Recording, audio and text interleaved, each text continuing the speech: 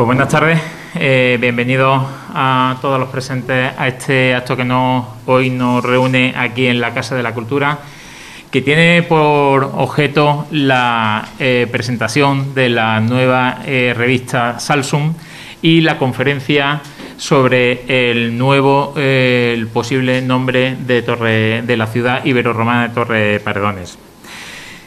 Tener editada este nuevo ejemplar de la revista Salsum, número 8 y 9, es sumar un logro más y avanzar en el camino del conocimiento de cómo fue esta ciudad asentada hoy en día en el yacimiento arqueológico de Torreparedones. Un yacimiento declarado bien de interés cultural que cuenta hoy en día con la infraestructura necesaria para la eficaz difusión del patrimonio, disfrute y conocimiento del ciudadano de esta fabulosa joya de la arqueología, y que constituye un imprescindible e inapelable recurso turístico para Baena y su comarca. La puerta oriental de Torreparedones y sus paralelos en el contexto de las fortificaciones mediterráneas antiguas es el título de esta nueva edición de la revista Salsum, un ejemplar muy esperado en el círculo de investigadores y estudiosos sobre arqueología dentro y fuera de la provincia. Es por lo que la Delegación de Cultura de este Ayuntamiento ha realizado el esfuerzo para poder disfrutar de la edición en papel.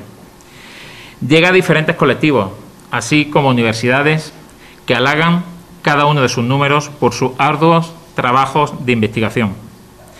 Coger un ejemplar de Salsum es impregnarse de conocimiento. Cada una de sus ediciones nos ha enseñado algo más de nuestra cultura, de nuestras raíces, que han conformado nuestras señas de identidad. Quisiera agradecer a los autores Fernando Quesada Sanz, catedrático de Arqueología, ha sido director del Departamento de Prehistoria y Arqueología de la Universidad Autónoma de Madrid, con un currículum extenso en investigaciones y excavaciones arqueológicas. A nuestro arqueólogo municipal, que ha dedicado especialmente su vida profesional a nuestro yacimiento de Torreparedones, José Antonio Morena López, licenciado en Filosofía y Letras por la Universidad de Córdoba y doctor en Arqueología. A Jesús Moreno Robles Moreno, graduado en Ciencias y Lenguas de la Antigüedad, predoctoral del Programa de Formación del Profesorado Universitario. Antonio Moreno Rosa, licenciado en Filosofía y Letras por la Universidad de Córdoba, gestor de proyectos de la empresa Arqueobética SL, director del Museo Arqueológico Municipal de Cabra. Y a mi izquierda, don Ángel Ventura Villanueva, catedrático de Arqueología de la Universidad de Córdoba, colaborador con este ayuntamiento a través de un convenio firmado conjuntamente también junto con Carlos Márquez.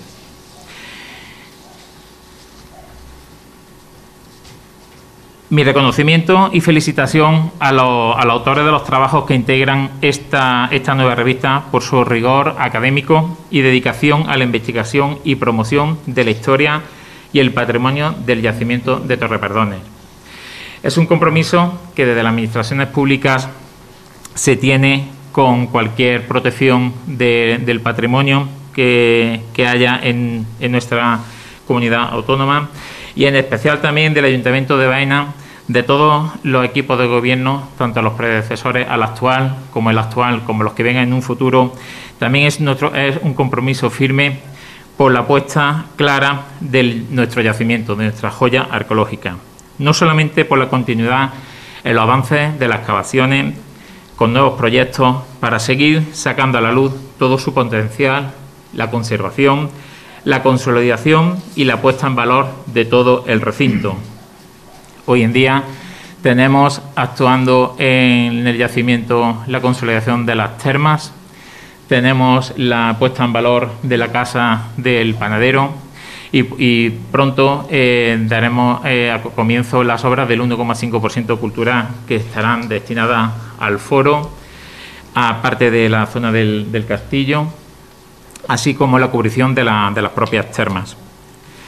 Y no solamente se apuesta de este ayuntamiento por ese tipo de proyectos considerados como obras, ¿no?, sino también por los estudios de investigación y trabajos de corte científico que también son tan importantes como estos anteriores, porque reconstruye el pasado a través de la evidencia material y divulga los resultados no solo para el ámbito académico, que es de donde se genera, sino también para la divulgación y el conocimiento de toda la ciudadanía.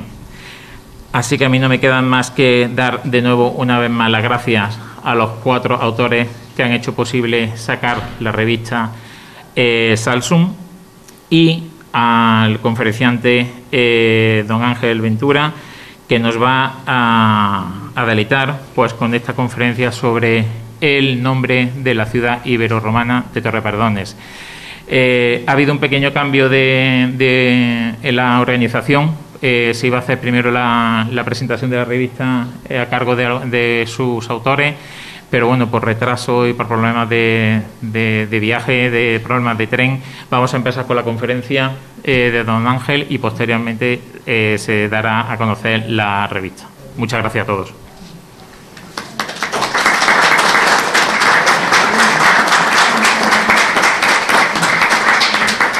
Paso la palabra a José Antonio Moreno.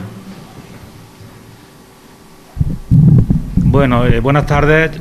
Yo voy a ser muy breve realmente porque Javier ya prácticamente ha presentado al conferenciante, ha indicado este pequeño cambio por problemas del traslado del profesor Fernando Quesada, que viene de Madrid y ha tenido problemas con el AVE, pero vamos, llegará después. Entonces Ángel no tiene problema en cambiar el acto y entonces pues primero será la conferencia.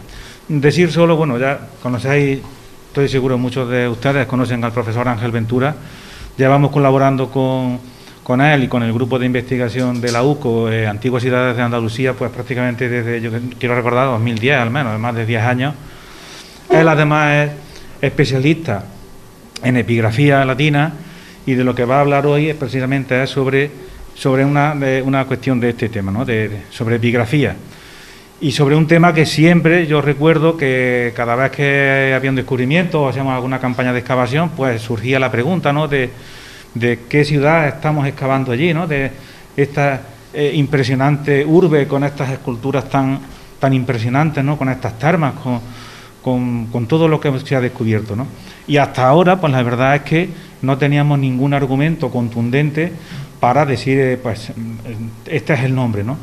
Bien, es verdad que desde el siglo XIX se está planteando una hipótesis, que es la colonia Ituqui, Virtus Julia, pero siempre hemos dicho, y quiero recalcarlo, que hasta que no se encontrase el correspondiente testimonio epigráfico que lo corroborase o lo refutase, pues estaremos un poco ahí pendientes de esa cuestión, que tampoco es que sea algo realmente importante, ¿no? Porque se llame como se llame la ciudad, ahí están los restos y ahí están las ruinas que realmente, bueno, pues como digo, son realmente excepcionales. En cualquier caso, el profesor Ventura ahora va a detallar la verdad es que a lo mejor con muchos pelos y señales y con términos a lo mejor muy específicos, pero de todas maneras creo que lo explicará bien también para que todos podamos entender esta novedad que hay, porque evidentemente es una novedad, ¿no? Y sin más preámbulo, pues tiene la palabra Ángel, ¿de acuerdo? Muy bien. Bueno, lo primero, muchísimas gracias.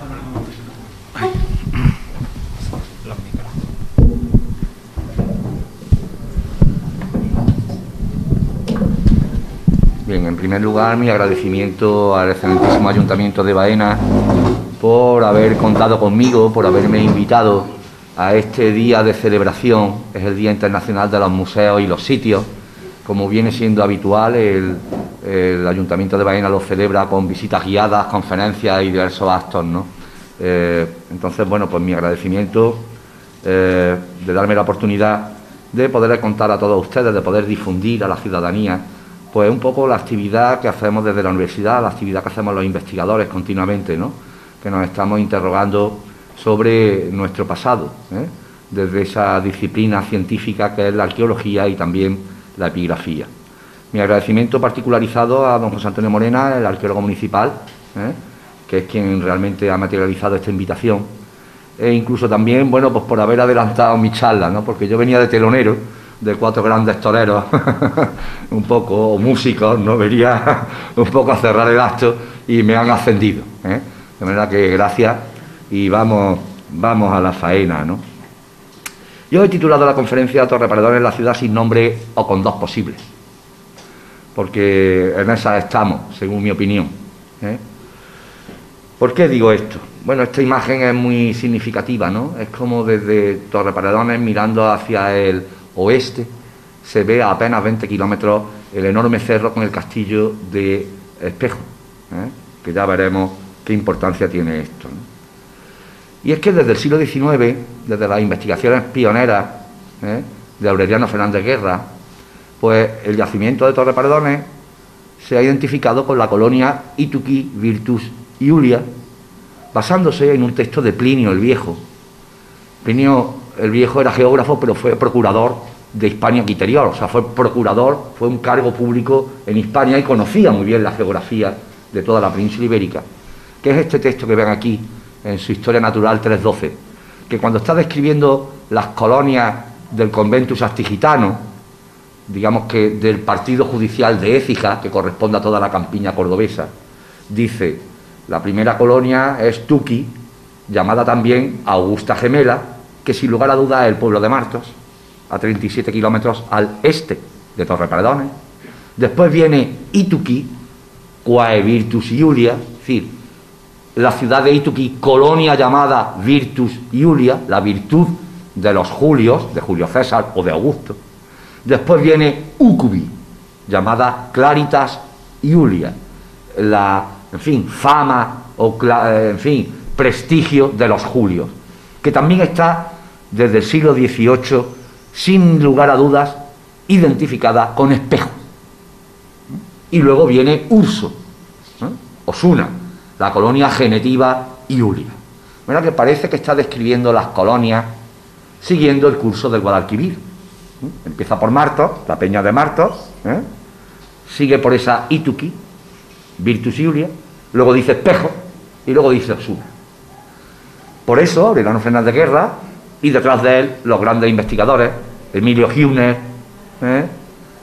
Caballo, Rufino, en fin, todos los investigadores que se han ocupado del tema, pues han considerado que el yacimiento de Torreparedones, con una alta probabilidad, debía ser la colonia Ituqui Virtus Iulia. Así en los mapas de los libros de texto, como este que ven aquí, aparece siempre con una interrogación. Pone Ituqui, interrogación, ¿verdad? Entre Martos, Tuqui, Augusta Gemela, y Espejo, Ucubi, Claritas Iulia.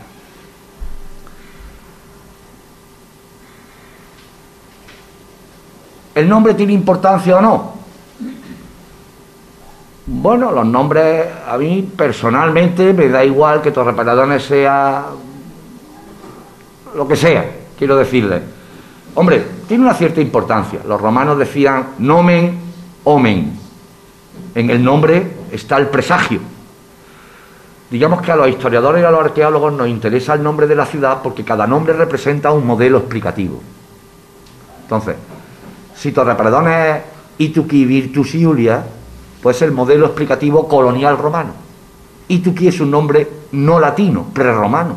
Luego estamos ante una ciudad ibérica con un nombre indígena, que no sabemos lo que significa, no conocemos la lengua íbera. Lo mismo Ituqui significa la ciudad en la cumbre, como significa la gran ciudad. No lo sabemos lo que significa. Pero sí el modelo colonial romano. Es decir, que es una ciudad ibérica en la cual los romanos instalan una colonia. Es decir, traen a 700, 800 varones adultos, normalmente antiguos soldados, les reparten las mejores tierras y se genera una comunidad híbrida, una comunidad mixta, mestiza, con derecho pleno romano. Entonces, si es Torreparedones, Ituqui Virtus Iulia, ¿verdad?, tenemos ya un modelo que podemos comparar con otras colonias similares en las que se produce este mismo fenómeno, y, bueno, vamos interpretando, integrando en ese modelo explicativo los diferentes datos que las excavaciones van recuperando. Ya les digo que algunos atlas prestigiosísimos, como el Barrington Atlas of Classical Antiquity, de 2010, ya hasta incluso no tienen la interrogación. Aparece Torreparedones reducida, porque así se llama en arqueología. Reducir una ciudad es averiguar cuál era su nombre antiguo. Eso se llama reducir, simplificar, ¿no? Pues ya ven aquí como en este atlas, Torreparedona aparece ya sin interrogación como claramente Itu. Pero la geografía antigua es complicada, no es tan sencillo, ¿eh? Por un lado tenemos los textos literarios, Estrabón o Plinio, que te describen ciudades al tuntún, pero no tenemos coordenadas, no sabemos cuál es cuál. Por otro lado tenemos las monedas, muchas de estas ciudades acuñaban moneda con el nombre, pero no encontramos las cecas, no encontramos la casa de moneda, encontramos las monedas que circulan. Por lo tanto, tampoco sabemos, donde hay muchas monedas de una ciudad, pues intuimos que en esa zona debe de estar la ciudad, porque circulaba por el entorno, eran monedas locales, ¿no? Y por otro lado, quizás, digamos que el camino más interesante para la concreción geográfica del mundo antiguo es la epigrafía. Son las inscripciones donde se menciona que la ciudad le dedica una estatua a un personaje de la ciudad, donde aparece la inscripción con el nombre de esa ciudad, es esa ciudad.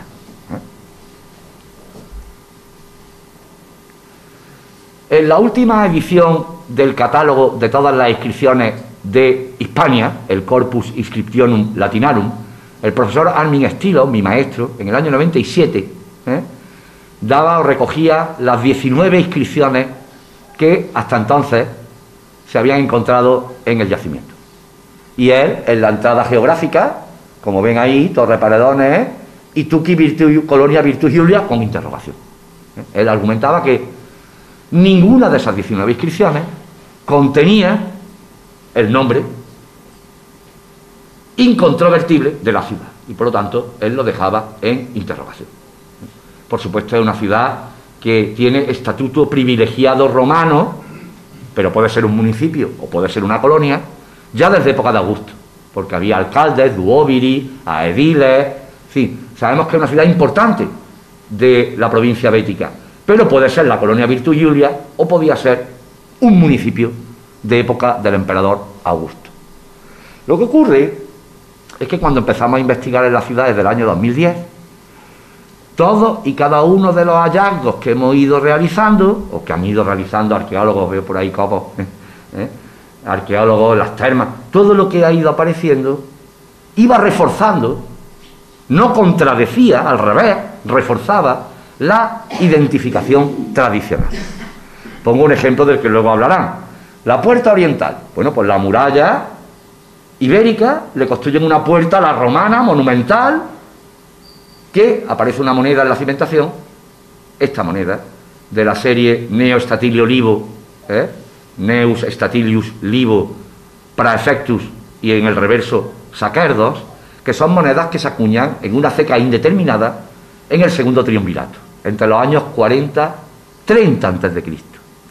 Y además el prefecto era muchas veces el funcionario, el representante del gobernador, que se encargaba de fundar colonias,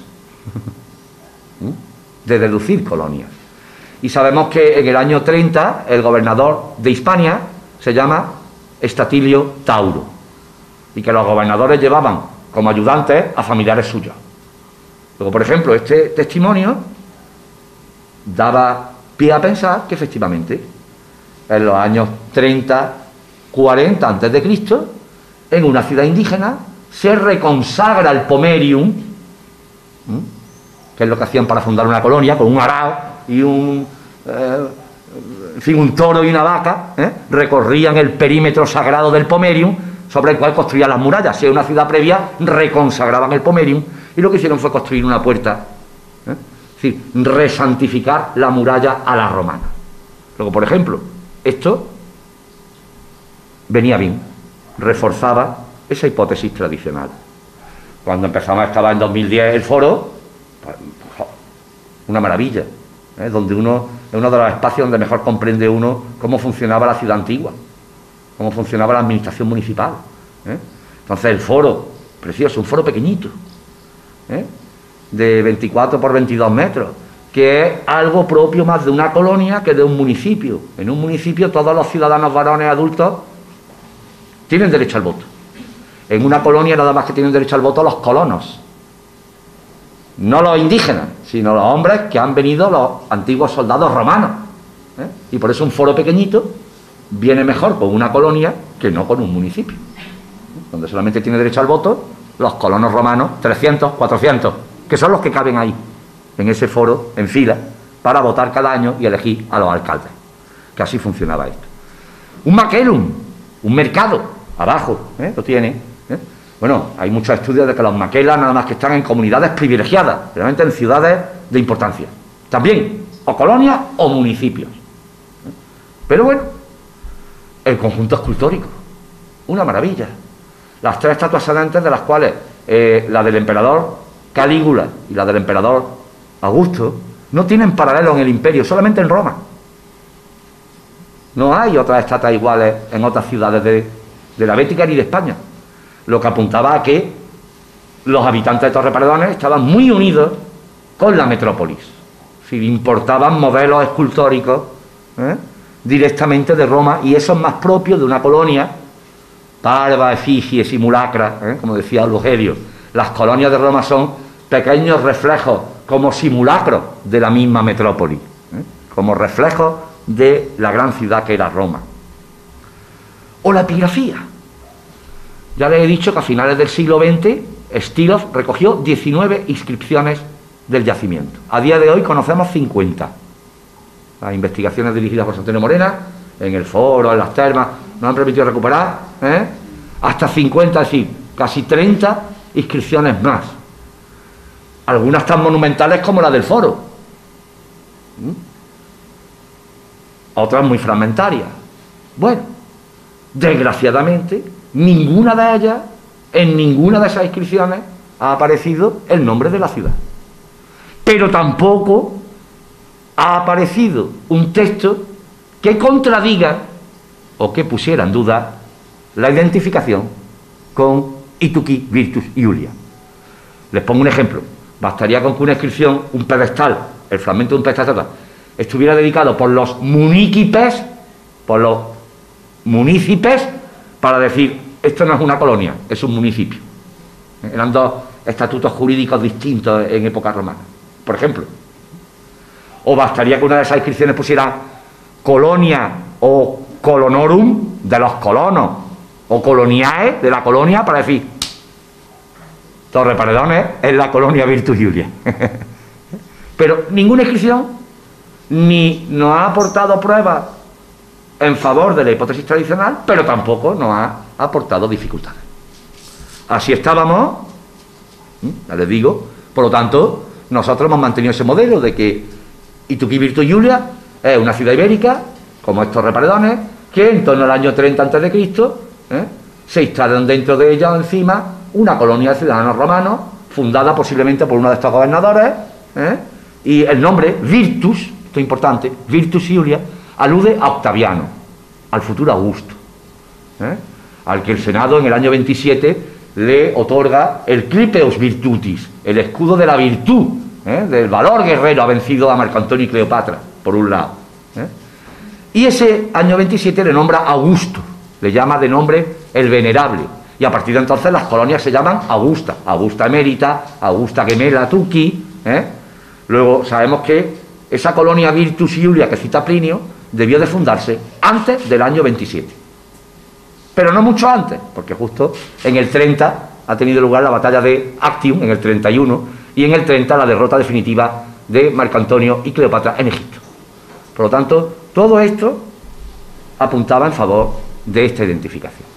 Así que hasta que en el año 2017, en las excavaciones de las termas orientales, o termas de la salud, ¿vale?, aquí las tienen, en una habitación anexa a las termas, pero que no pertenece al circuito termal, como ven ahí, al norte del número 2, no sabemos qué conexión, si eso pertenecía a las termas o no, en un nivel de abandono, es decir, cuando ya las termas están saqueadas, cuando ya no hay termas,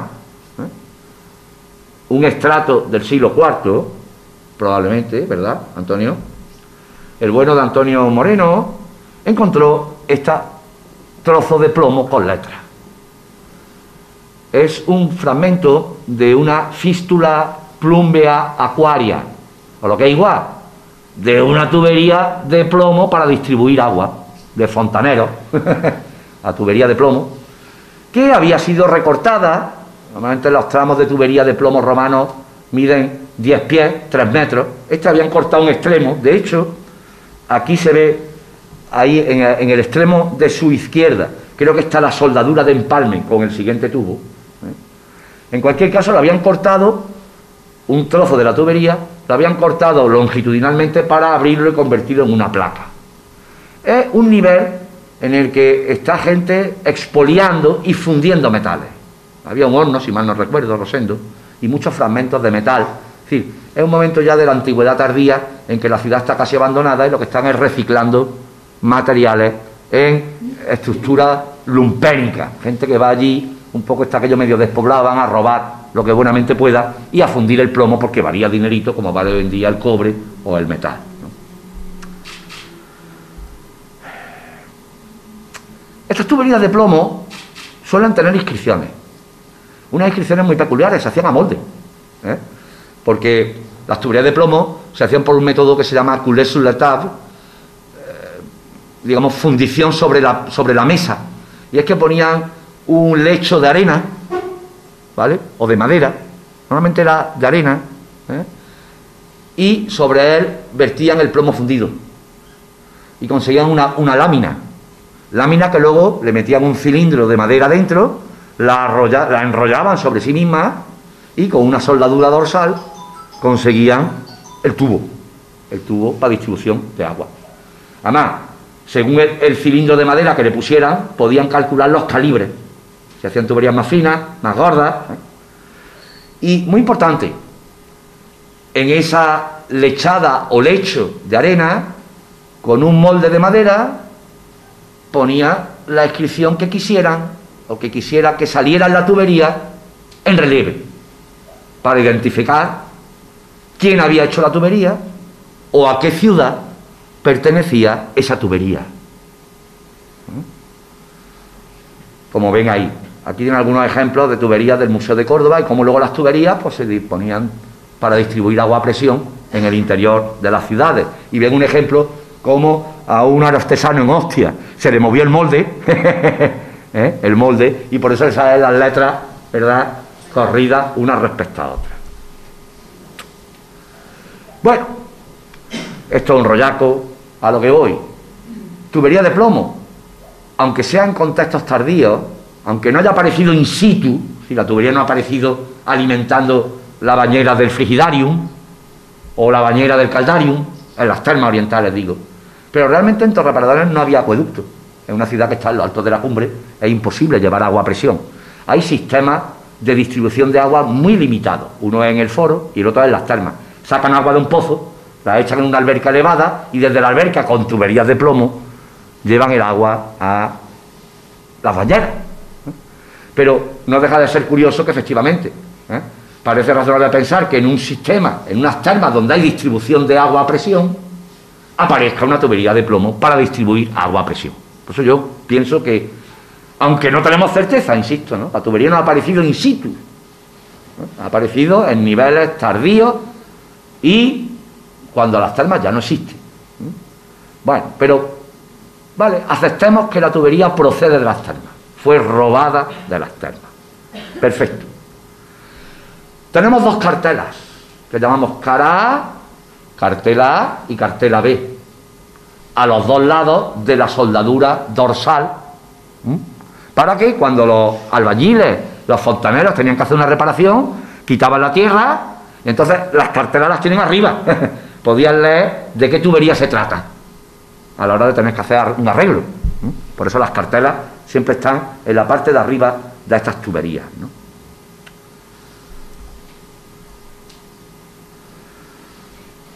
Una de las cartelas, la de la cara A, se ve bastante clara. Ustedes dirán, ¿qué vista tiene? Pero bueno, mirad, está rota por la izquierda, como veis aquí, ¿vale? Pero se ve una letra I. Luego aquí hay un falo, un pene. Se ven dos testículos y un pequeño pene, que en muchas inscripciones romanas lo usaban como interpunción, o sea, como punto.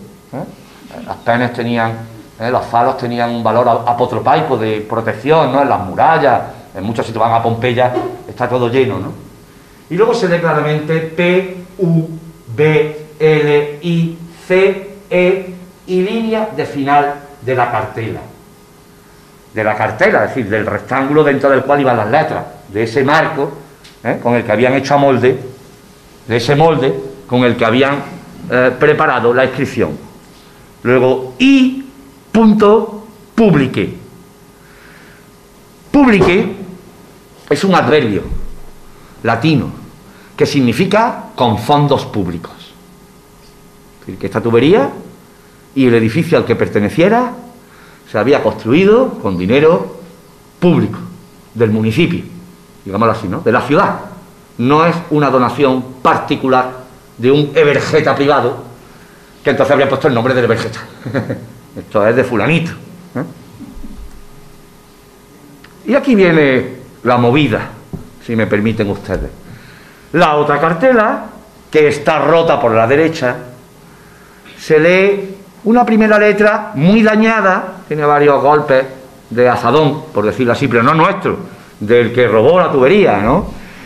Parece una A o una M, yo creo que puede ser una M, pero tampoco es que esté muy claro, como ven ustedes, una M muy abierta, M, otra vez el falo, M punto, Borén, B-O-R-E-N, Borén. Y luego unos restos aquí,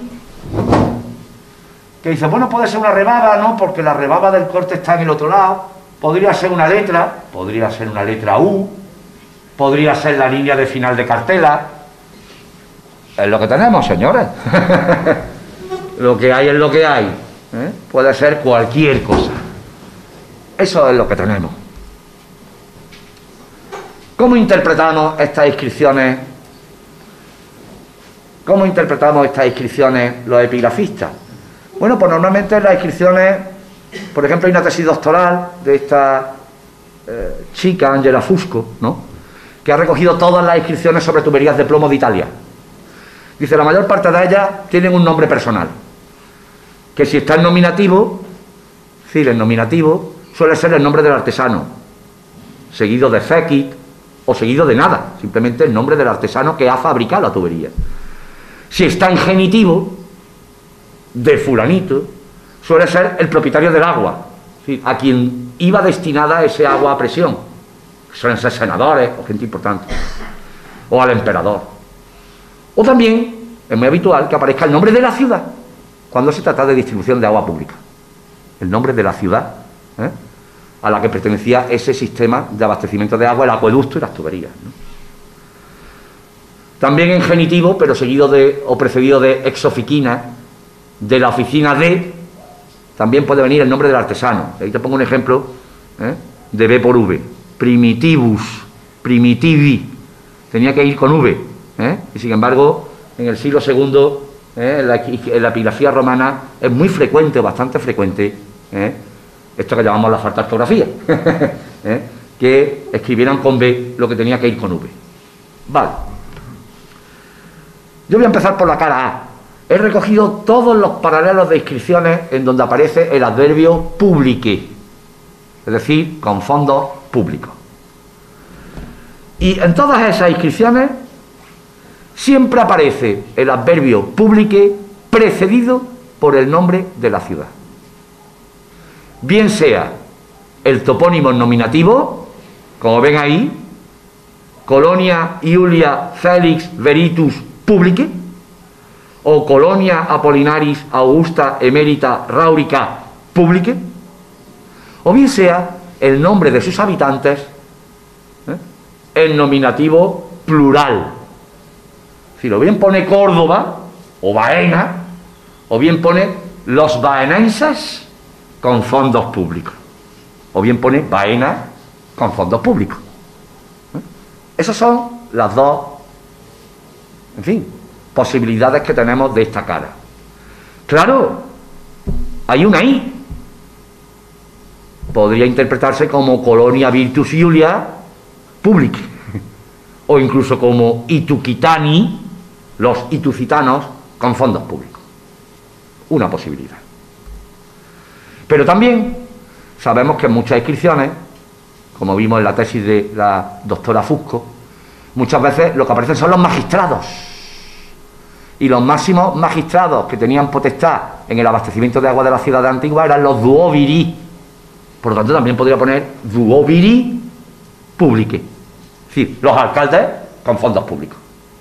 Por lo tanto, sigue sin ser un testimonio incontrovertible en favor de que Torreparedones sea la colonia Virtus Julia Ituqui. Con respecto a la cara B, pues tenemos muchas posibilidades que aquí les he hablado, muchísimas, ¿vale? Pero es cierto que puede estar el nombre del plumbario, del que ha hecho la tubería, pero también puede estar el nombre de la ciudad. Tenemos muchos ejemplos donde aparece el nombre de la ciudad,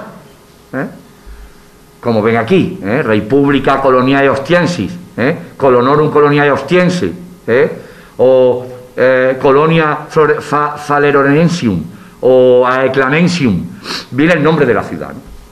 Y claro, en la cara B podríamos interpretar que podría aludirse a una ciudad de nombre Bora. La M sería municipium, Bora, en este caso borensis, o sea, el adjetivo municipio borense, o bien borensium, el genitivo plural, municipio de los borenses. Pero también la letra M abreviada puede ser la abreviatura de municipium, pero puede ser la abreviatura del praenomen Marcus, M. Marcus. Y existe un apellido en latín, Borenus, que normalmente se escribe con V.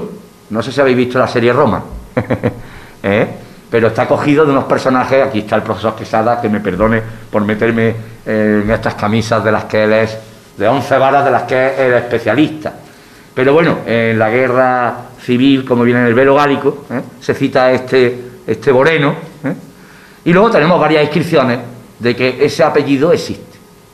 Por lo tanto, en la cara B puede haber una alusión a un municipio borense, o puede hacerse alusión a un marco boreno artesano que ha hecho la tubería. ¿Existió un municipio borense? Pues a día de hoy no lo sabemos con certeza. Sabemos que existía una ciudad que se llamaba Bora. Bora, que acuñó moneda.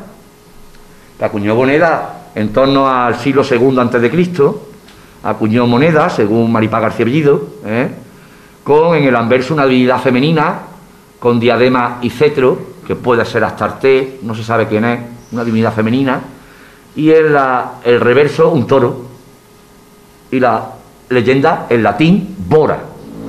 No lo hacen en alfabeto neopúnico, escriben en latín, Bora, pero que no pone que sea municipio, me refiero.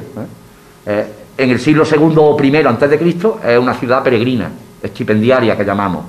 Puede que alcanzara el rango municipal en época de Augusto, puede que no. Es decir, de Bora lo único que tenemos son las monedas. Hasta ahora esas monedas habían aparecido en colecciones particulares o públicas, en la colección de la Universidad de Sevilla, como veis ahí. Sí, había muy pocas monedas de Bora, ¿no? A raíz del hallazgo de la tubería, José Antonio Morena y Antonio Moreno Rosa han estado revisando en las colecciones particulares, en los museos locales de la comarca, y han identificado, como ven aquí, hasta 30 ejemplares de monedas de Bora. Y todas ellas están en esta comarca, entre Torreparedones al norte y, bueno, Almedinilla al sureste, y Turjícola, ¿verdad?, y Nueva Cartella al sur. Luego parece claro que esa ciudad de Bora debe de estar ubicada por aquí. 3 de esas monedas han aparecido en Torreparedones. Bueno, hay otros sitios donde han aparecido 5, o 2, o 4. Tampoco hay. Algunos autores han identificado esta Bora con otra ciudad mencionada por Plinio. Plinio el Viejo. Como ven ahí. Dice que desde el río hasta el océano, pero mirando hacia el mar Mediterráneo, en lo que se llama la Bastetania, había varias ciudades muy, en fin, importantes, y las va citando, ¿no?, como Ségida o Urina, Ulía o Fidencia, Urgabo o Alba, Ébura o Ceriale. Si Plinio cita una ciudad que se llama Ébura Cerealis, que algunos investigadores han dicho, esta debe ser la bora de las monedas, que Plinio se equivoca. Bueno, Plinio se equivoca.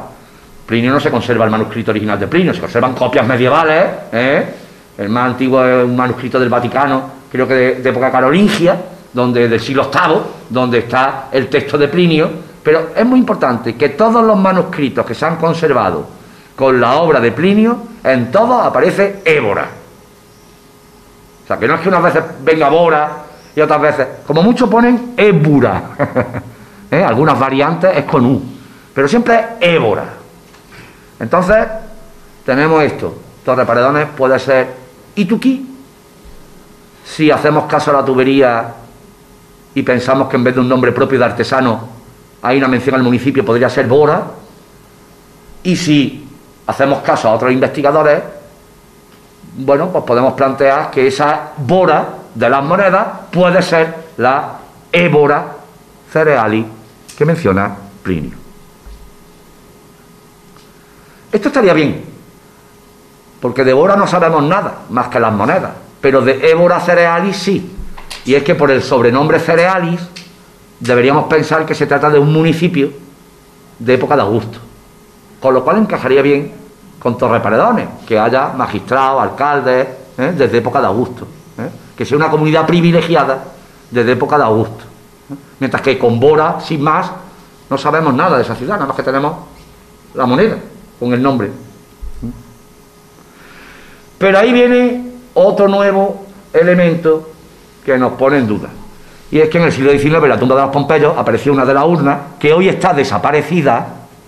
Primer problema, otro problema, donde al parecer había una inscripción incisa, la que ven ahí con letras más oscuras, pero debajo había una inscripción pintada con minio, es decir, con tinta, con un poquito de ocre rojo, que suelen ser las preparaciones de las inscripciones definitivas. Y Aureliano Fernández Guerra, que lo vio y hizo este dibujo, aquí pone Cerpalis, pero bueno, él dio la lectura de que podía leerse en esa inscripción previa que no se llegó a incidir nunca.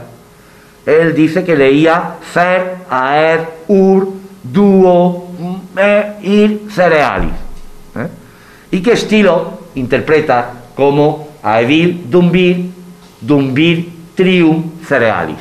O sea que ese hombre había sido teniente de alcalde y alcalde 3 veces cereal, que puede ser alcalde en Ébora Cerealis, pero pone alcalde y alcalde cereal. Entonces,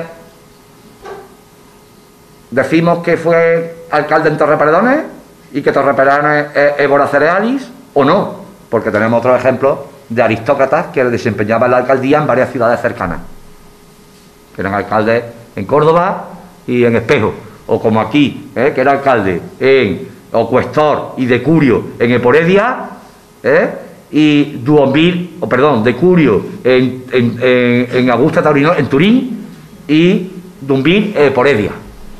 O esta inscripción, que es un Dumbir dumiense y también lunense, es decir, de 2 comunidades, Luna y Dumium.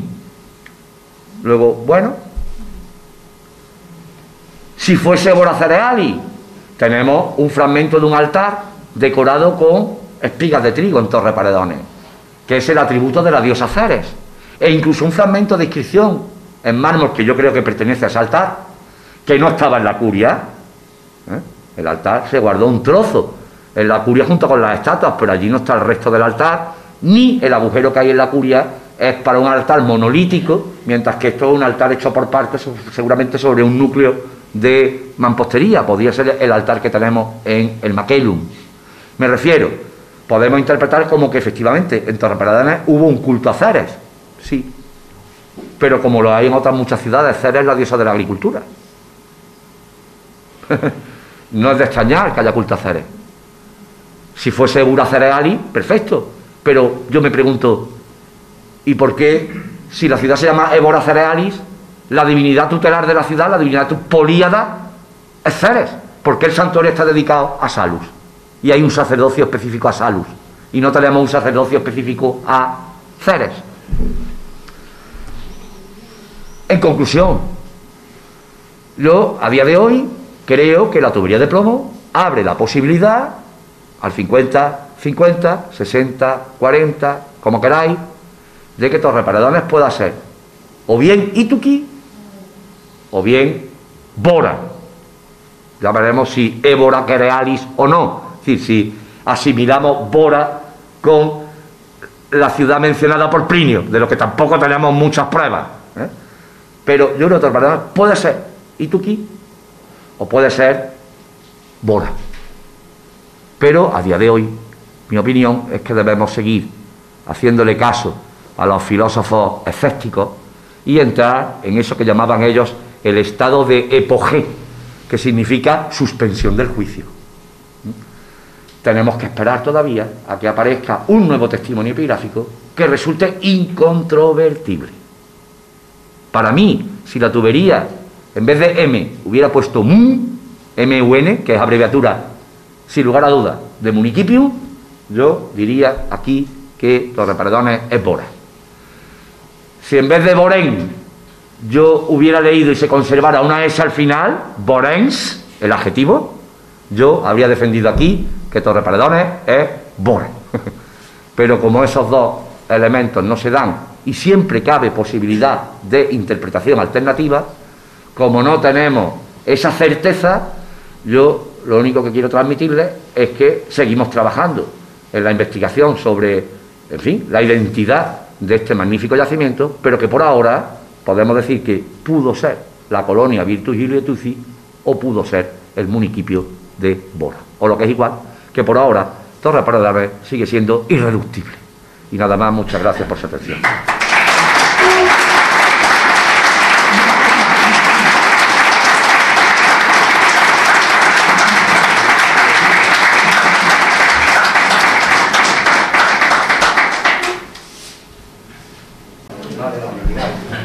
Bueno, seguimos con la segunda actividad, digamos, que estaba prevista para hoy, aunque hemos cambiado el orden, y bueno, vamos a presentar el nuevo volumen, el 8-9 de la serie Salsum del Museo Histórico Municipal de Baena, que versa sobre la puerta oriental de Torreparedones. Recuerdo que esta puerta fue de las primeras intervenciones que hicimos en el Parque Arqueológico. Se excavó en el año 2006, fue en la primera campaña que se puso en marcha y se excavó la puerta y poco después, o sea, un mes después, excavamos el santuario, quiero recordar. Sale ahora este estudio monográfico, bueno, quizá un poco tarde, pero ojalá pues tengamos estudios de esta categoría, pues prácticamente de todo lo que se está dando de sí el yacimiento arqueológico de Torreparedones. También quiero decir y aclarar que la serie Salsum no es específica ni es exclusiva de Torreparedones. Es verdad que la mayoría de los números que hasta ahora hemos publicado son de parte de los sectores que ya se han investigado en el yacimiento. Tan solamente hay un número que se sale fuera, digamos, un poco del tema, que es el que hizo el profesor Ricardo Córdoba sobre los molinos hidráulicos de la cuenca del Guadalhorce. Pero en cualquier caso, bueno, la explicación es muy sencilla, porque aquí es donde estamos volcando todo el esfuerzo investigador, pero que no quita que cuando se presentara algún estudio sobre otros yacimientos, sobre un periodo histórico, el Guadalhorce, sobre el Neolítico, cualquier cosa, se pudiera publicar.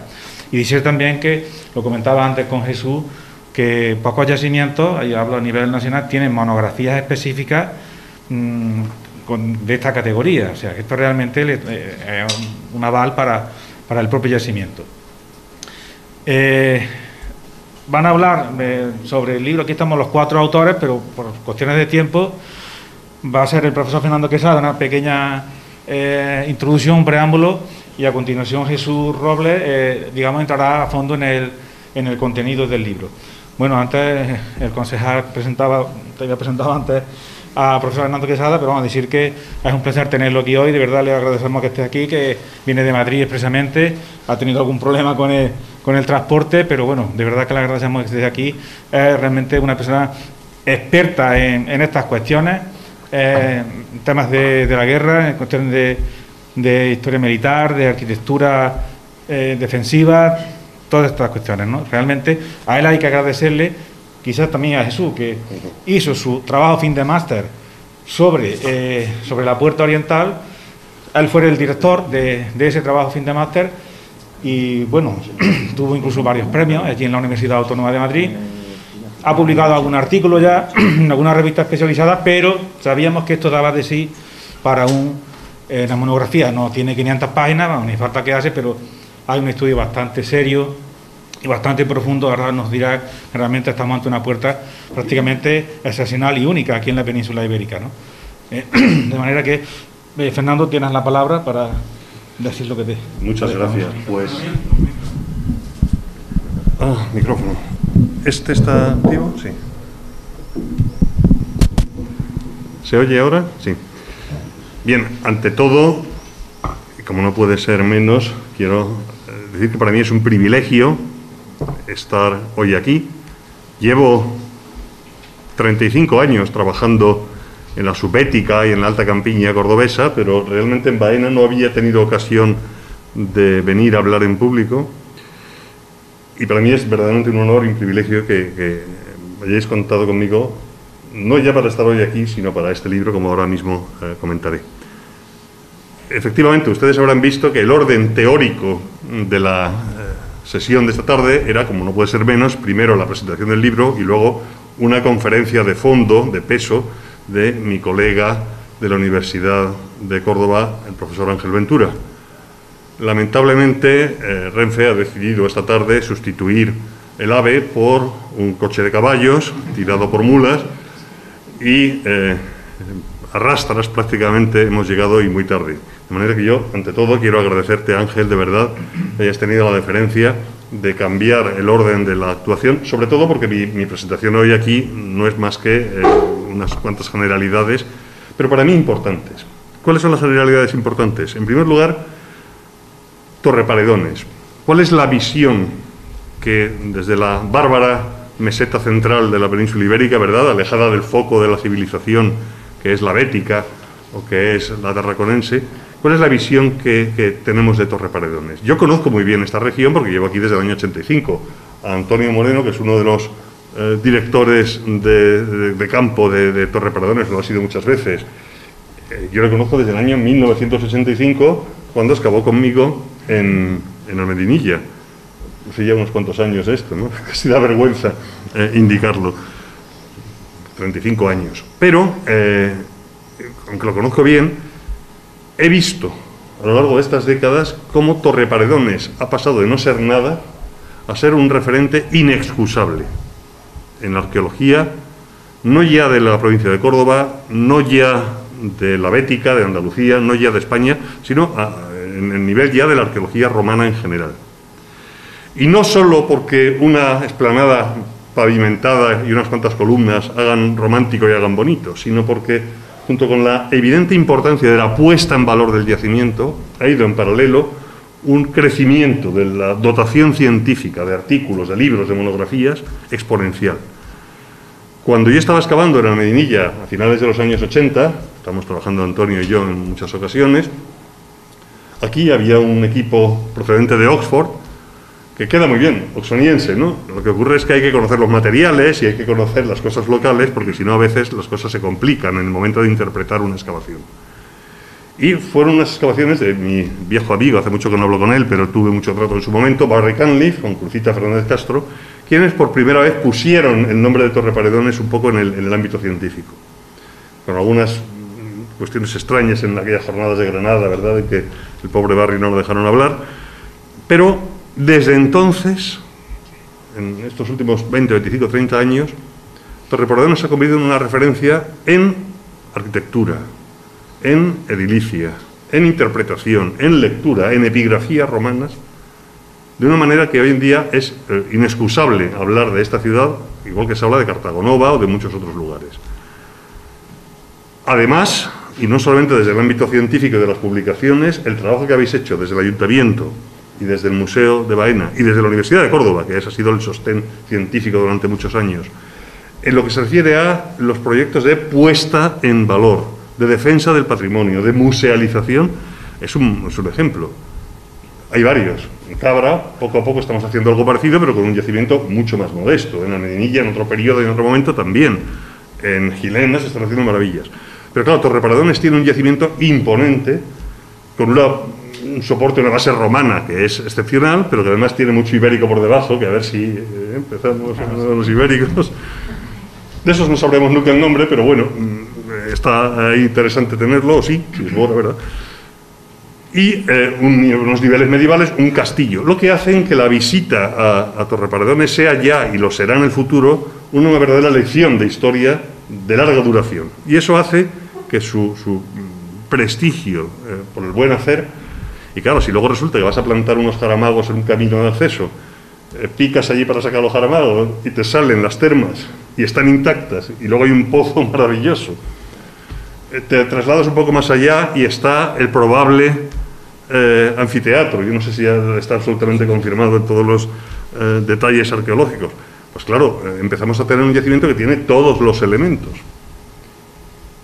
Y en un yacimiento de este calibre, de esta importancia, de esta trascendencia, el que podamos asegurar un nombre u otro no es irrelevante en absoluto, no es banal. Es dar un nombre a las cosas, es ayudar a su existencia. Pero incluso así sigue siendo un yacimiento que es ya un referente de turismo, de explotación cultural, que no es malo, si es que no es malo hacerlo, es necesario. Y además es un referente científico. ¿Y eso a qué se debe? Pues yo no tengo ninguna necesidad de dorarle la píldora o de hacerle la rosca a José Antonio Morena, el director del museo, pero con su aparente modestia, aquí donde le ven, es una de las referentes más importantes en arqueología ibérica y en arqueología del ritual ibérico, sí, no me fastidie, sí, en toda la península ibérica. Su tesis, publicada también en Salsum sobre el santuario de Torreparedones, y sus conocimientos, bueno, ya los apreciaron en su momento los británicos cuando vinieron y se encontraron con que quien conocía los materiales era el arqueólogo local. Y resulta que el arqueólogo local es quien conoce las cosas, quien puede hablar con los vecinos, quien se entera de una cantidad de información que luego llegamos los popes desde el exterior y aprovechamos en enorme medida lo que en este caso José Antonio ha hecho, con ayuda, por supuesto, en el caso de la puerta de Antonio Moreno. ¿Qué ocurre? Pues que para mí es un privilegio contar con la amistad de José Antonio. Nos conocemos también desde hace 30 años. Nos vemos poco, es cierto, pero seguimos nuestras publicaciones con interés, con mucho respeto. Y yo de él citaría dos cosas que me parecen muy relevantes. En primer lugar, su enorme paciencia. Él me asignó el estudio de unas piezas de Torreparedones y lo urgente quita siempre de lo importante, pero prometo aquí, me comprometo solemnemente a meterme enseguida con ello. Y en segundo lugar, su generosidad, que es extensiva al Ayuntamiento de Baena. Me explico. Hay una tendencia, que en la propia provincia de Córdoba se está manifestando en algún yacimiento de la subbética, donde la arqueología local tiende a volcarse sobre sí misma, a cerrarse. José Antonio no, José Antonio, cada vez que tiene una duda, llama a quien considera que es la persona más adecuada. Para epigrafía y para arqueología romana, quien va a llevar a Ángel Ventura y a los equipos de la Universidad de Córdoba. Y hace que no solamente no hay celos, sino que los organismos académicos pues se sienten cómodos trabajando con él, porque es una persona que no solamente no es problemática, sino que es de una enorme generosidad. Siempre está dispuesto a ceder piezas, y no las piezas menores, piezas importantes. Y es así como llegamos a la puerta de Torreparedones, una fortificación. Lo primero que se suele hablar cuando se habla de una muralla, bueno, es de qué fecha es, ¿no? Es de época orientalizante, es de los tartesios, es de los iberos, es de la época de la República Romana, de las guerras púnicas, o no ya, de las guerras civiles de época de César, o es de la monumentalización de época de Augusto en adelante.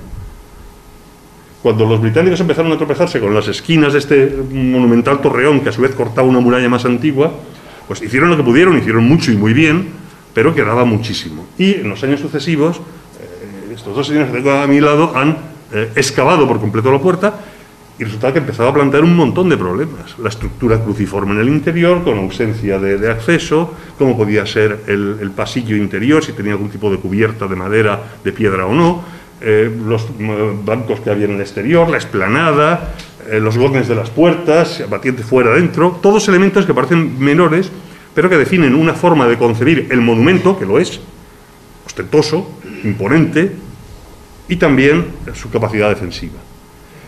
Y aquí llegaba cada uno y proponíamos nuestras fechas. Un buen amigo mío pues propuso en su momento que era de época bárquida, de época de las guerras púnicas. Pero la arqueología, la estratigrafía, pues daba problemas porque se nos iba muy fuera de fecha.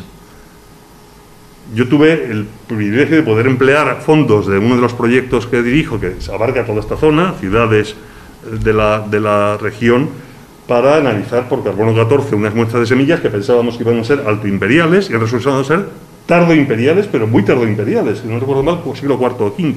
Es decir, todo eso genera una complejidad y resulta que, con independencia de la reconstrucción de la torre, que me van a permitir, que a mí no me convence la masa esta que se ha construido, pero esa es una opinión personal y debo decirlo también porque también tengo derecho a mi opinión. Pero en medio de esto, pues, José Antonio me ofrece la posibilidad de que colabore en el estudio. Yo tengo muchos proyectos en marcha, pero también tengo el privilegio de contar con un equipo de colaboradores, el grupo de investigación nuestro, Polemos, Arqueología de la Guerra Antigua, excelentes. Y es así cuando engancho a mi joven entonces discípulo y alumno, ahora discípulo, pero también colega y compañero muy querido y amigo, Jesús Robles, a quien le encasqueto en segunda instancia, porque primero se había encasquetado a otra persona que no tuvo forma de hacerlo, le vino grande quizá, y aprovechando una beca de colaboración del departamento, cuando él todavía era un joven estudiante, le propongo esta pera en dulce. Y, efectivamente, a partir de ese primer trabajo de beca de colaboración y luego a lo largo de sus trabajos de máster, Jesús ha sido la cuarta y última pieza fundamental para las propuestas que yo hacía desde el punto de vista de la poliorcética, de la técnica defensiva, las propuestas estratigráficas de lo que cuadraba y no cuadraba en la puerta. Ha sido él el que en último extremo ha concluido de manera escrita toda una serie de conclusiones con las que todos nosotros somos responsables, por supuesto, somos corresponsables y copartícipes.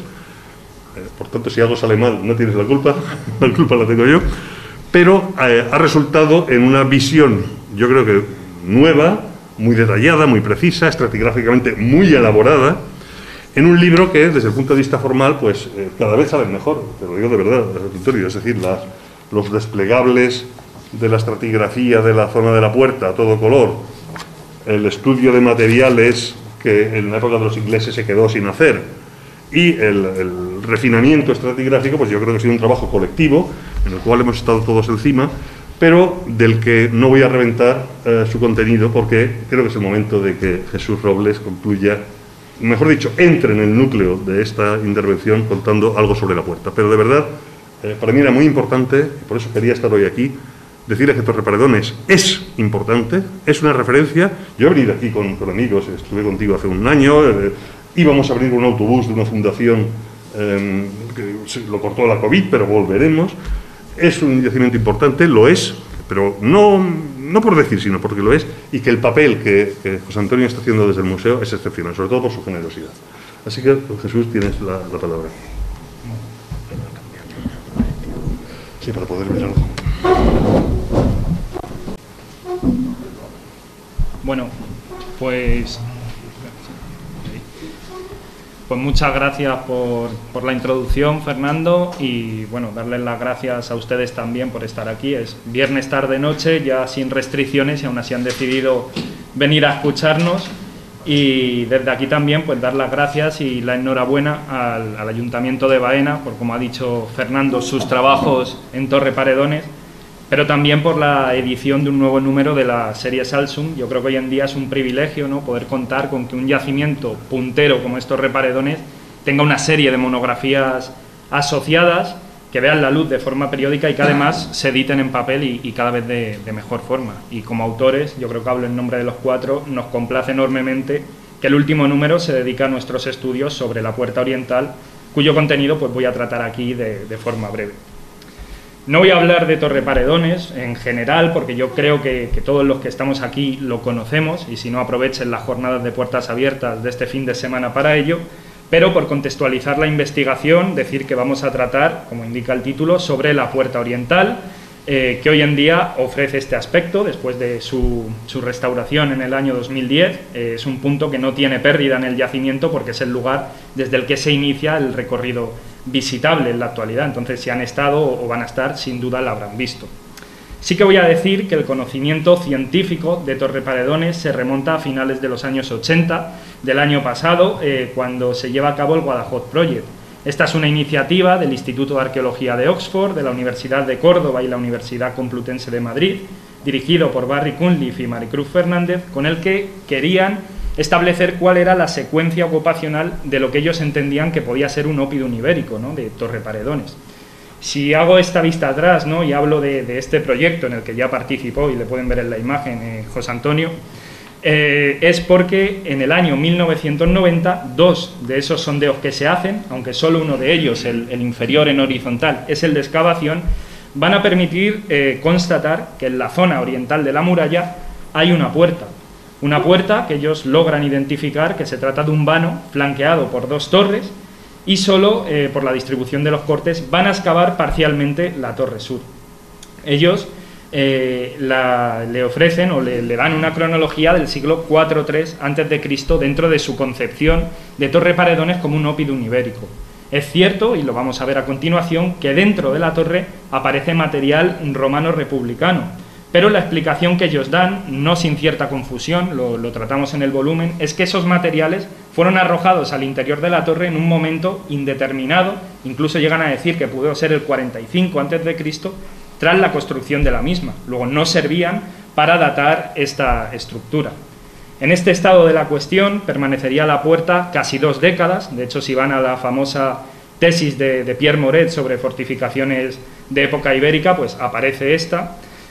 Cuando en el año 2006-2007 se retoman las excavaciones en Torreparedones en general y en la puerta en particular, bajo la dirección ya de José Antonio Morena y teniendo como técnico arqueólogo Antonio Moreno, pues se va a excavar la puerta. Y fíjense la cantidad de metros cuadrados, que ahora ya sí son todos ellos de excavación, comparados con los dos del Guadajoz Project, que son los marcados en rojo, pues son casi 600 metros cuadrados lo que se excava, que permite conocer al completo las estructuras que integran este acceso.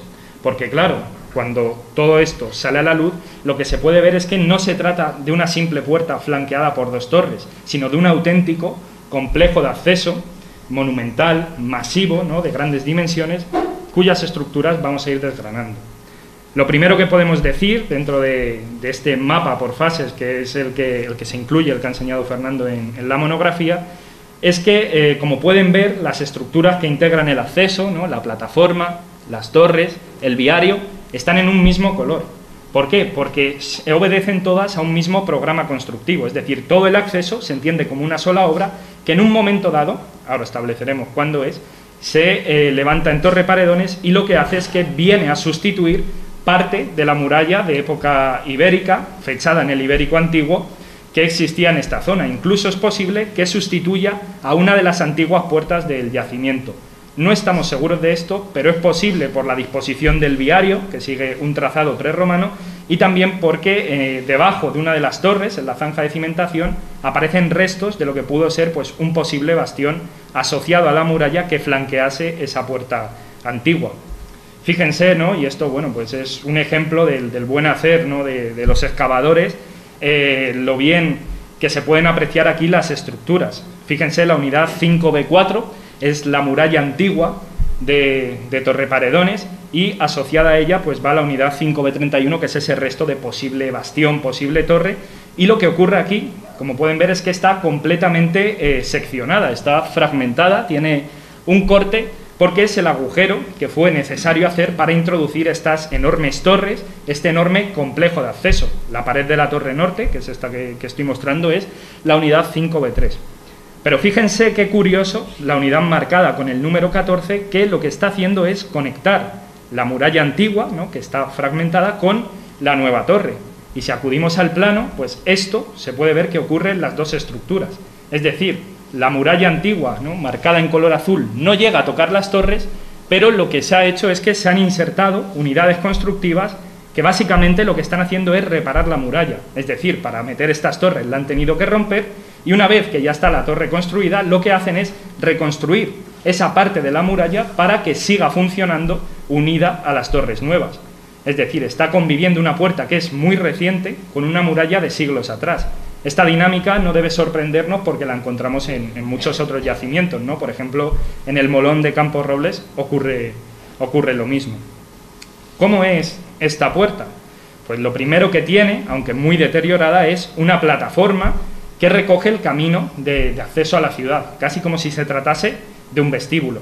Y sobre ella se levantan pues, estas dos masivas torres, que hoy conservan solo 2,40 metros de altura, 2,5 metros, pero que en su día, en base al tamaño que conservan en el zócalo y a los cálculos teóricos que contenemos en el libro, alcanzaron bastante más dimensiones. No sabemos cómo se completaban en altura, si con el mismo tipo de aparejo, probablemente con alguno más liviano o incluso con arquitectura de barro, ¿no? Con adobe o incluso con tapial.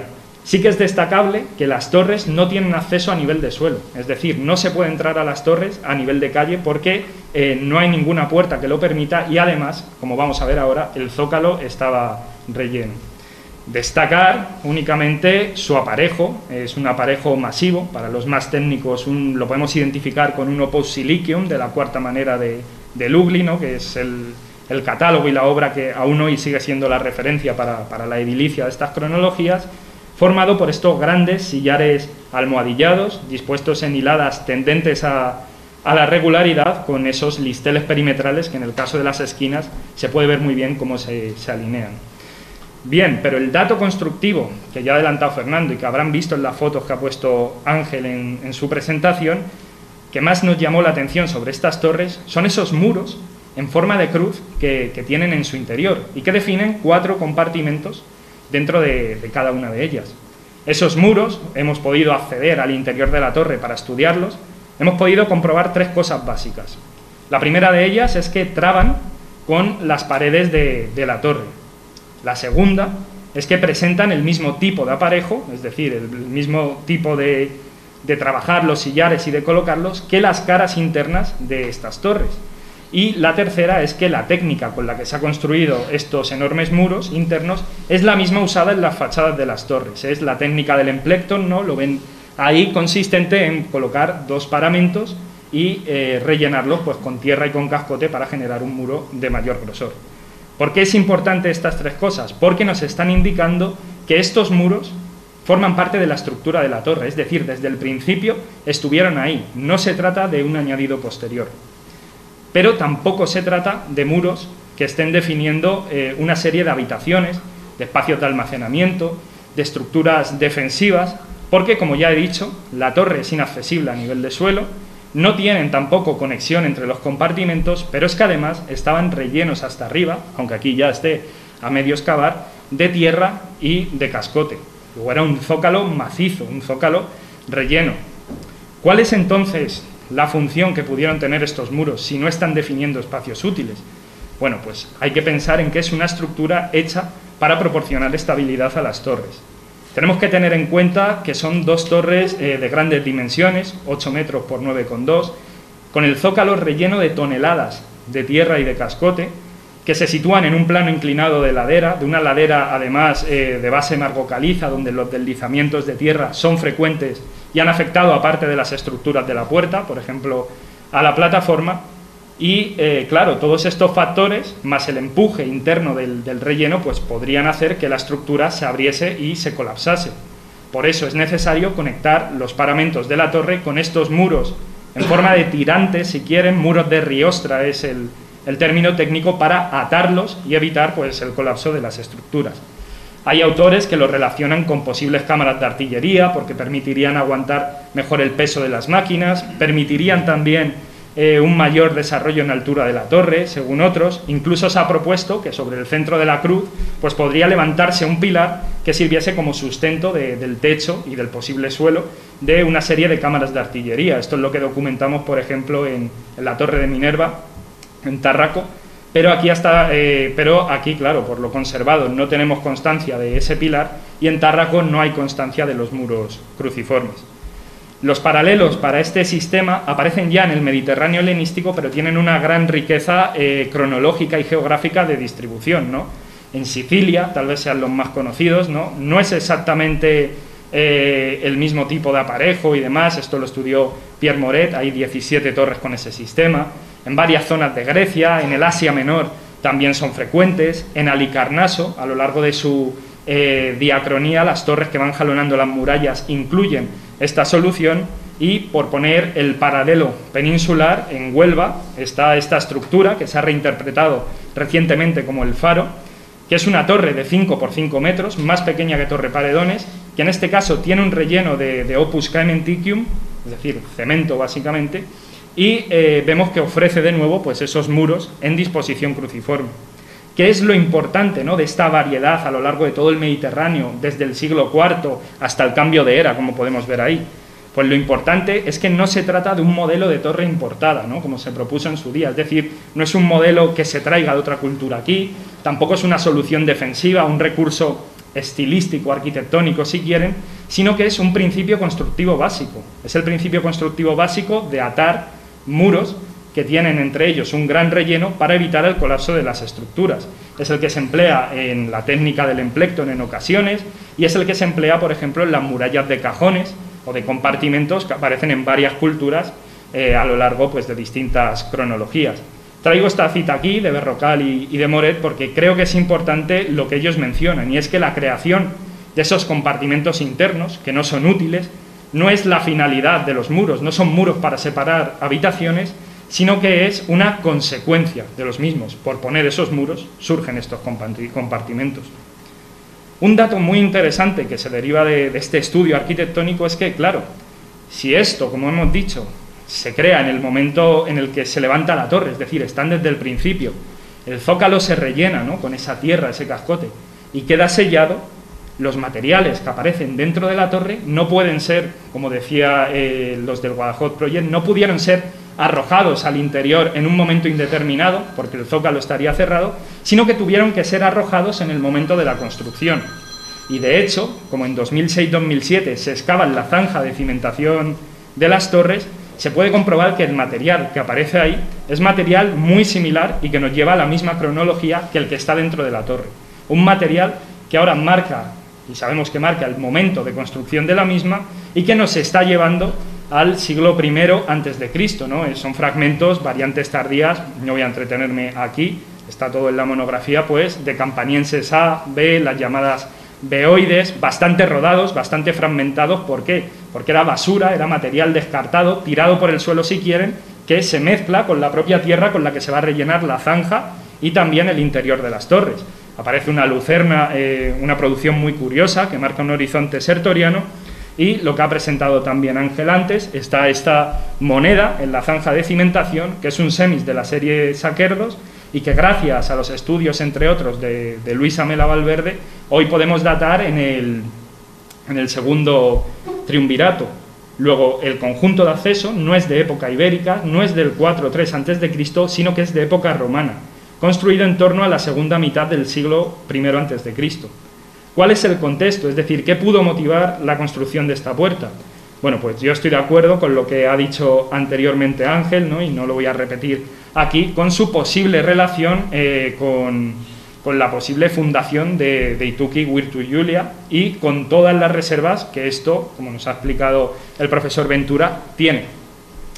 También se propuso su relación con el velum hispaniense como una fortificación para protegerse en ese enfrentamiento.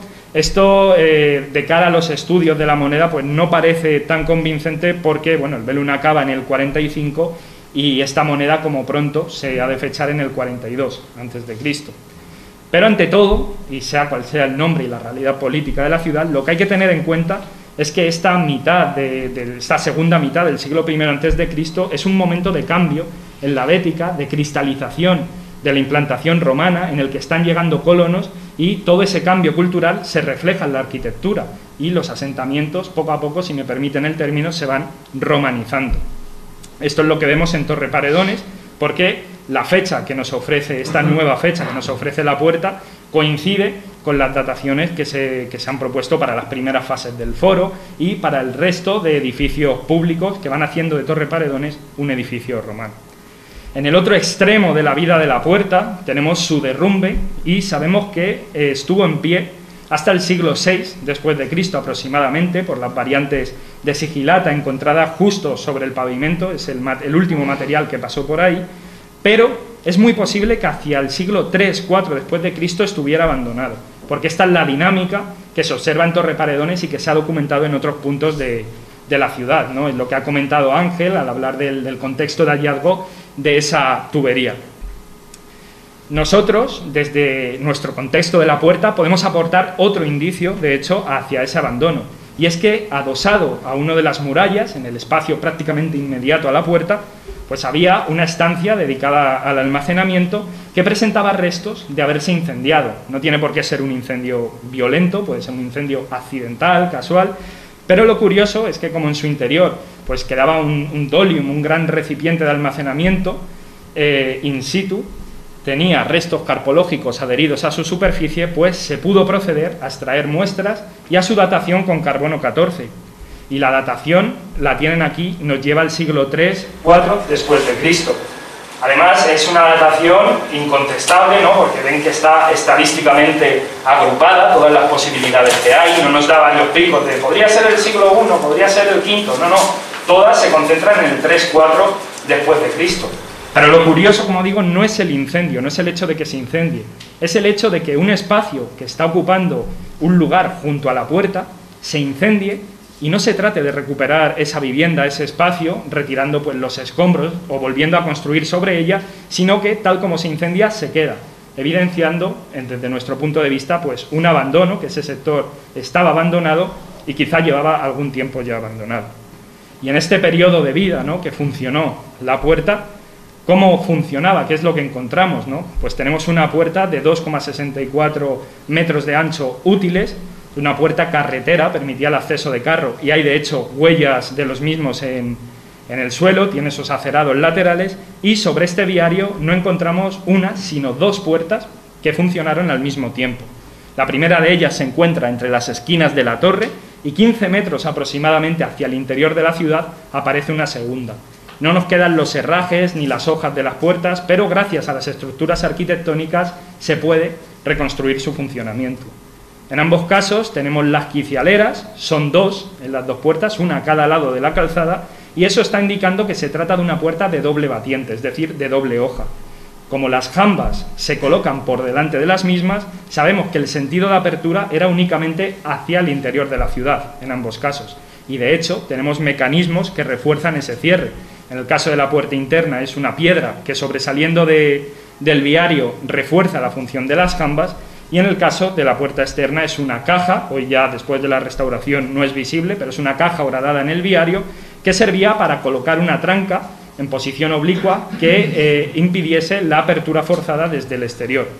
Cabe decir, porque lo ven en la foto, que en un momento dado, que no sabemos cuándo, por la falta de pavimentos y estratos asociados, la puerta interna se amortiza porque encima se construye algo, se construye una estructura arquitectónica de muy poca entidad que invade ese acerado y que invade parte del viario. Por eso pensamos que pudo ocurrir pues en torno a ese siglo III, ¿no?, cuando ya está la ciudad en abandono, no funciona ese sistema de doble puerta y, como digo, invade parte del viario, quizá ni funcionaba ya este sector como acceso a la ciudad. Pero mientras sí que funcionó, un dato muy interesante, ¿no?, y que era de difícil interpretación, es que entre las dos puertas todo el viario está confinado lateralmente, ¿no?, primero por las fachadas de las torres, pero luego porque desde la esquina trasera de cada una de las torres sale un muro que llega justo hasta la segunda puerta y que tiene un grosor de unos 75, unos 50 de ancho, y lo curioso es que no son muros que pertenezcan estrictamente a las torres, no son muros de viviendas, de edificio alguno, sino muros aislados, pero que guardan plena relación con el funcionamiento de la puerta y el sistema defensivo que aquí tenemos. ¿Por qué? Porque estamos ante una puerta de tipo cavedium o de tipo patio. Hay un sistema de doble puerta confinado por muros laterales que se usa de la siguiente manera. Una vez que el enemigo y sobre todo su artillería hubiera derribado la primera puerta, no va a poder acceder al interior de la ciudad porque se lo impiden los muros y las torres, sino que para ello va a tener que avanzar esos 15 metros y tirar la segunda puerta. Pero claro, en esos 15 metros se va a ver hostigado lateralmente por los defensores que se situarían en las torres y muy posiblemente también sobre esos muros anchos laterales. Aquí, por la altura a la que se han conservado, no sabemos cómo eran en su parte superior, hay algunos indicios, sobre todo metrológicos, recogidos en el volumen, pero bueno, este es un modelo de puerta de tipo patio romana, sin torres en este caso, donde se pueden ver esas estructuras para acceder a los muros. A veces se accede incluso desde el interior de las torres y poder colocar ahí defensores que hostigasen al enemigo que había entrado en esa trampa mortal, ¿no?, como dice MacNicol. Claro, si yo hablo de puertas de tipo patio, es inevitable que a todos se nos vengan a la cabeza las grandes puertas helenísticas, romanas augusteas, ¿no? Es un modelo precisamente augusteo muy ornamental, con patios grandes de muchos metros cuadrados, ornados, bien definidos. Fíjense además en la de Side, aunque es una reconstrucción, se conserva en la realidad, ¿no?, las estructuras para ascender a los muros y hostigar. Esto es la puerta de tipo patio, y por eso creemos, aparte de porque no nos ha llegado ningún tipo de evidencia en el derrumbe de la existencia de una cubierta, que el espacio entre las dos puertas quedaba totalmente descubierto para hostigar precisamente al enemigo. Pero como decía, aquí no encontramos ese gran patio, sino que el patio se dibuja, se define sobre el viario al colocar en él esas dos puertas separadas 15 metros con los muros laterales. Ese es un modelo también que conocemos y es propio del mundo romano y precisamente de esta época de en torno al cambio de era, ¿no? En Ostia, aunque mal conservada, se puede ver cómo la puerta, esa doble puerta, se configura sobre un viario que en este caso se ha ensanchado. Pero otro de los casos más interesantes es la puerta de Nola, en Pompeya, donde pues igual se colocan dos puertas sobre el viario, que ni siquiera se ensancha aquí, y vuelve a ofrecer esos muros laterales que además tenían escaleras para subir y defender la ciudad. De hecho, en un momento dado, esas escaleras se inutilizan en Pompeya y eso se relaciona con la pérdida de la función defensiva. También señalar pues, que el modelo de tipo patio encaja perfectamente con la cronología nueva propuesta para la puerta, porque paralelamente a la de Torreparedones son varios los casos en la península ibérica que conocemos, ¿no? La puerta de Sevilla en Carmona, en su fase romana, tuvo uno de estos dispositivos, la puerta oriental de Begastri también, la puerta sur de Munigua, algo más tardía, volvía a ofrecer este dispositivo. Es decir, es una solución defensiva, y no solo defensiva, sino urbanística. Eso lo contamos también en el volumen, ¿no? Como el sistema de tipo patio sirve como vestíbulo y como control del paso a la ciudad con mayor eficiencia. Pero siguiendo con este tono defensivo, pues llegamos a la pregunta de si hubo maquinaria pesada de artillería en las torres. Es decir, que no tenemos ninguna evidencia al respecto. Tal vez si en un futuro se investiga con detectores de metales alrededor de las torres, como se ha hecho en Jaén, ¿no?, recientemente, con buenos resultados, se puedan documentar algunos de los proyectiles, pero es posible que se usasen. Estamos en el siglo I a.C., estas máquinas se han generalizado. De hecho, esto, bueno, lo traigo de nuestro proyecto en Montemayor, donde las hemos documentado en el 45 a.C., por el sistema de cruces internas que, según muchos autores, ayuda, ¿no?, o es favorable a la colocación de máquinas de artillería. Un sistema defensivo de tipo patio, que si han leído la cita que he puesto de MacNicol, necesita de este tipo de maquinaria para defender el frente de la ciudad, porque los defensores están detrás de la puerta esperando la entrada del enemigo, y también por las dimensiones que ofrecían las posibles cámaras en altura de la torre. Para eso hicimos un ejercicio que algunos tal vez conozcan, puesto que se ha adelantado en la revista SPAL, que tiene mucho de hipotético, mucho de teórico, pero también de metodológico, y que nosotros creíamos necesario hacer, porque muchas veces nos encontramos con que se proponen que había máquinas de artillería en torres que luego metrológicamente no lo permiten. Es decir, se dice, aquí pudo haber maquinaria de artillería, pero esas máquinas, por sus dimensiones, no cabían en las torres en cuestión. Entonces aquí se diseñaron, ¿no?, las posibles dimensiones en base a los factores constructivos, pero también a los paralelos de la puerta que podía tener cada una de las torres, esas cámaras en artillería, y sobre ellas se jugó matemáticamente a introducir las diversas maquinarias de diversos calibres, ¿no? Y bueno, esto resultó en 6 tablas de cálculo, que no voy a comentar aquí para no marearles la cabeza más, pero simplemente diré que los resultados de esto es que, por contexto y por elementos constructivos, es muy probable que las torres tuvieran artillería, y además metrológicamente sí que permiten la introducción de este tipo de máquinas.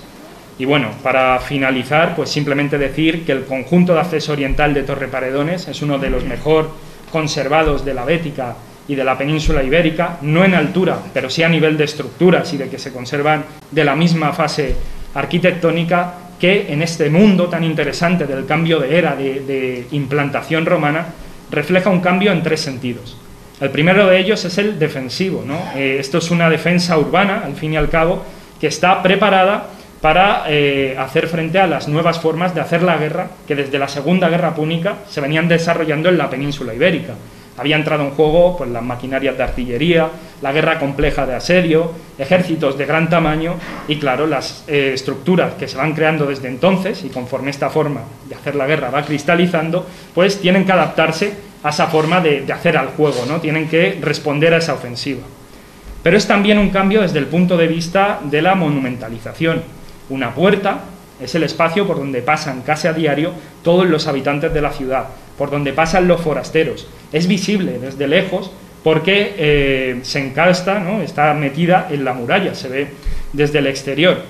Y además de eso, para los romanos, como ha dicho Ángel, es la petrificación del pomerium, ¿no? Es el límite de la ciudad, es el punto donde se cruza el mundo interno y el externo de la ciudad, con todas las connotaciones políticas, administrativas, económicas, pero también religiosas que esto tiene para la urbe.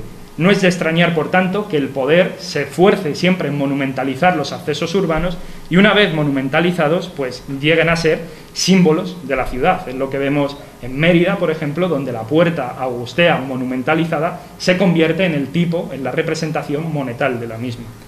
Y para acabar, representa también un cambio desde el urbanismo. De esta puerta oriental nace un viario, que aunque pudo seguir un trazado prerromano, cruza el foro, ¿no? Va de este a oeste y llega hasta la puerta occidental, que se usa como decumano máximo. Esa puerta occidental la tenemos hoy identificada, no se ha excavado, sería otra de las principales de la ciudad, porque además mira hacia otros puntos de la campiña. Excavar esa puerta y también conocer las diversas posibles fases de la muralla, sus bastiones asociados, es una tarea necesaria para conocer un ámbito tan fundamental como la defensa urbana de Torreparedones a lo largo de su historia. Una cuestión que nosotros hemos decidido comenzar desde la Puerta Oriental con la publicación de esta monografía que esperamos que les sea provechosa. Esto es todo por nuestra parte. Muchas gracias.